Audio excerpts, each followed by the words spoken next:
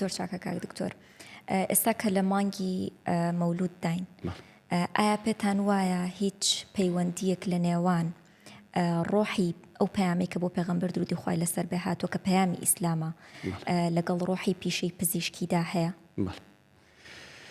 طبعا هەر یاسا و ڕێسایەک، هەر میهنەیەک، هەر پیشەیەک ئەگەر بێت و بە زۆر و بەکەم خزمەتی مرۆڤایەتی پێ بکرێ، ئەکرێ لە سوچێکی پەیامی پێغەمبەرایەتی جێگای بێتەوە، نەک لە هەموو پەیامەکە.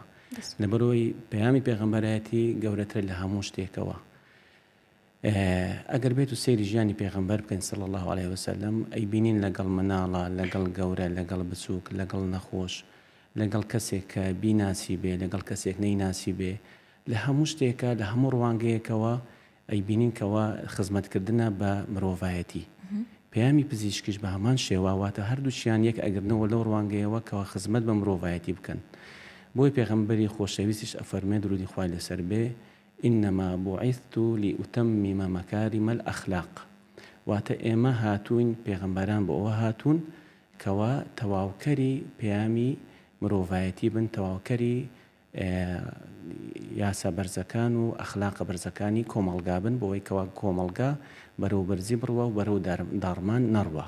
و پەیامی پزیشکی بە هەمان شێوە خزمەتی مرۆڤایەتیە، واتە بۆیە هەردووچیان ئەکرێت تەواوکەری یەکتر بن.